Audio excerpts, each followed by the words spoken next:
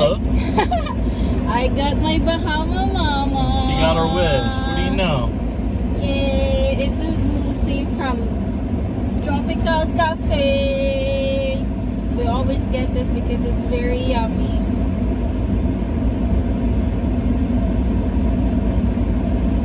She's happy. Refreshing. Oh, she's happy. I'm happy. I thought the key to a man's heart was through his stomach. Why are you so happy?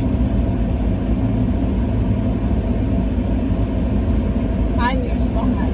Ah, that's the trick. I missed the memo. Vroom vroom. Here we go. I got Bahama Mama. This is like strawberry with coconut and Pineapple. pineapple. And what's that cream? Dairy? There's something dairy, right? I think some heavy cream. Heavy cream, in whatever. it. And ice. And ice. Very delicious. Very yummy. I got a Jetty Punch. Instead of banana, I had him add pineapple. So it's basically a light Bahama Mama. Yeah. Less sugary. He likes his drink less sugary because it's keto friendly. It's keto friendly. It's more keto friendly, but I mean this is not.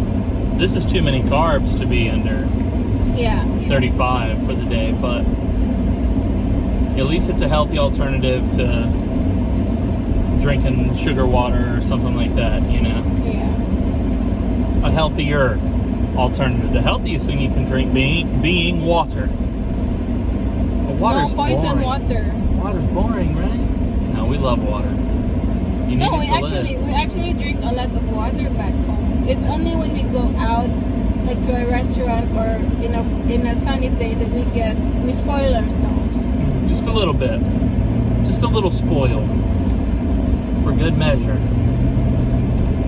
So we're not sure where in the video queue this one is. I think we're in the how we met. Or at how we met. Yes. How we met. How did we meet, baby? Yeah, We turn the met- aircon off. Huh? I said turn the aircon off. That way they can hear us. Yeah, like that. Yeah. Just one or two. Two is Oh, there fine. you go. There you go. A little bit of air moving. We met online. I was using a website at that time on my phone, and he was using the app on his phone at the time, which is the website / app that we used was OkCupid. And I was just scrolling one day, and I saw his profile. Why are you laughing? I saw his profile, and it was just eye-catching. It was very unique because his profile did not include any words, his profile did not include any words like I'm a guapo young white guy, nothing like that. It's like he uses emoji with it's like a checklist with like emoji. So it's like house, check, cars, check, dogs, check. The dogs really got me. So It wasn't the house and the car check. No. It was the dog check and the camping check. Camping check. Yeah, there you go. Comedy check. Like that. And I sent him a message. I can't remember what I told you, but it was a little bit flirty. I think you said that's a cute way or a fun way to summarize yourself. Or Something like that. Yeah. And then he responded like almost 24 hours later, right? Did it take me that long? Hours. Well, we were on the other side of the world. Yeah. Hey, that's an important thing to mention about how we met. Was Grace was living in the Philippines at the time, and I was living in Georgia, United States. So that when we initially met, we were all the way, literally 12 hours Apart. completely on the opposite side of the world from one another. But my father, he suffered Alzheimer's dementia. Bless his heart. He died a year ago. In just a few days will be the anniversary of his death. But I took care of him for about 5.5 years with his Alzheimer's dementia. And so when I wasn't working, I was with my father. And I really wasn't spending any time getting out, meeting anybody. Really wasn't focused on that. So that's why I had that profile. And I had selected, anyone from anywhere could message me. Not in my wildest days did I think that this number 10 was going to reach out to me. You haven't even heard the word Philippines. I didn't even know where the Philippines was or anything like that. And that's not to say... You had to Google search it. I mean, I was ignorant, for sure, of Asia. I didn't know much about it. I went to school for history, but it was European. So I didn't really know much about Asia. And even where the Philippines was, and so we had, a little back and forth, but pretty quickly, because it's not good to stay on that. I was like, hey, let's get off of the website and talk, through text messaging or whatever. And we did that for a long time until I came to see you. Over a year until I finally came to see you. But guys, you got to take your time. Don't rush into anything. It's good to vet the people that you fall madly in love with. When you feel it, you really feel it. Though. Yeah, when you feel it, you feel it. I knew how I felt, but I knew that it was going to take some time, and that's one of the things I loved about you was you knew how important my father was to me. I couldn't just up and leave him and disappear, for some amount of time while he was going through that health crisis. I was able eventually to get to the Philippines and meet Grace in person, and that was wonderful. I spent a month there the first time. I met her family, and we got married, and we started making big plans right away. What's the holdup? So that's how we met. That's the story of how we initially met. Yeah. She was in Cebu at the time, going to school. Fancy. City. And I'll never forget. The plane landed in Cebu, and 5 minutes ahead of time. It landed. Now I don't really like flying. I don't like planes. I'll be honest with you. Before that trip, I had never been on a plane. I was frankly very uncomfortable with flying. But I had to get over that fear if I was gonna meet my girl. That's what was required. So I just did what I had to do. That's the only way I can put it.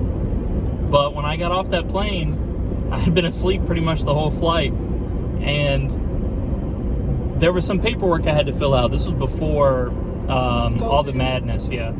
And I had to fill out some paperwork, but I didn't fill it out properly.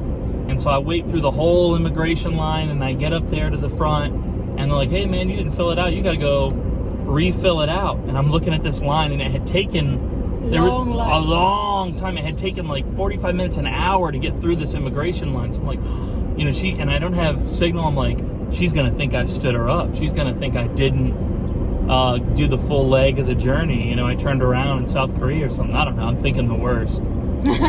And, she's frantically messaging me, but I'm not receiving it because those airports are painted with lead.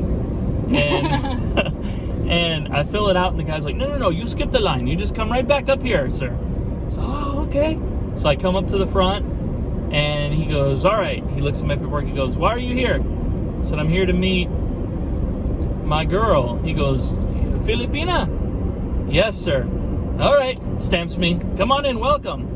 And they made everybody else wait through the line with the scanning of their bags, the x-ray bags. And they just waved me right through. They let me right on through. The Philippines is always nice to me, but when I go to Korea, they search me every time. Every time I go through Korea, they give me the full pat down. They have to take him to a different area. Take off your shoes, sir. We want to touch you. All right, whatever. I mean, I ain't got nothing to hide. But every time he goes through Korea. Every time I go through Korea, what is up with that? But only him though. The rest of the passengers, they don't do that. They don't do that too. So I don't know what it is about me, but I come out of that airport in Cebu, and there she is waiting for me.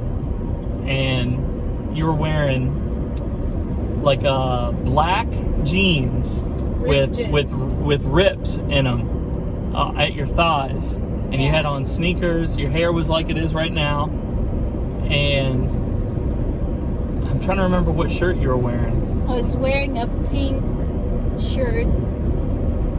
Okay, see, I was looking at your eyes and your hair. I was waiting.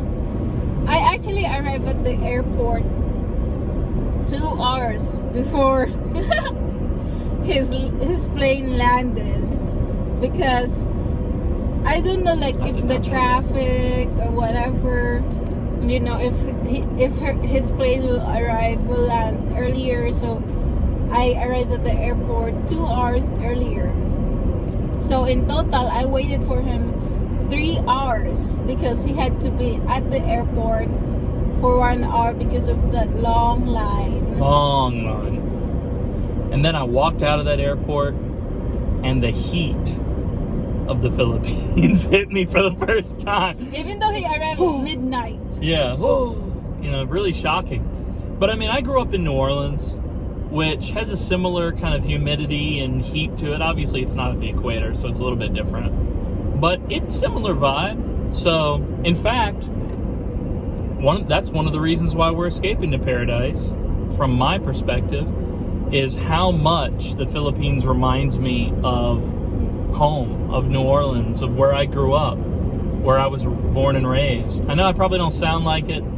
I don't have enough y'alls and nollenses in me anymore. I've been traveling too long to lose his accent. I've lost that accent, but that is where I was born and raised. So the Philippines reminds me so much of it in so many ways. I'm sure I'll go into in different videos over time, but the Philippines reminds me so much of home. And obviously for Grace, it is her home. But now the two of us, home is together. It's me and her and baby G. One of many. First of many. First of many. First of many. I was an only child, you know, but Grace, she grew up with a big old family. And I think that's really how it should be done. I think you should have a big family. That's the way.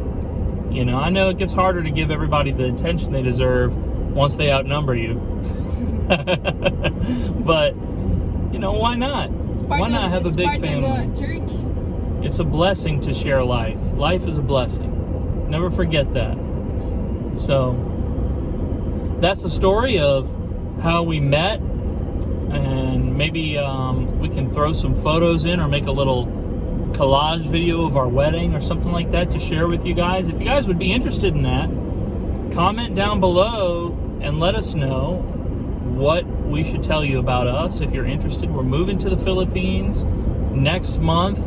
Less than 30 days from now, we will be leaving the great United States. We've been preparing a lot. A lot of prep.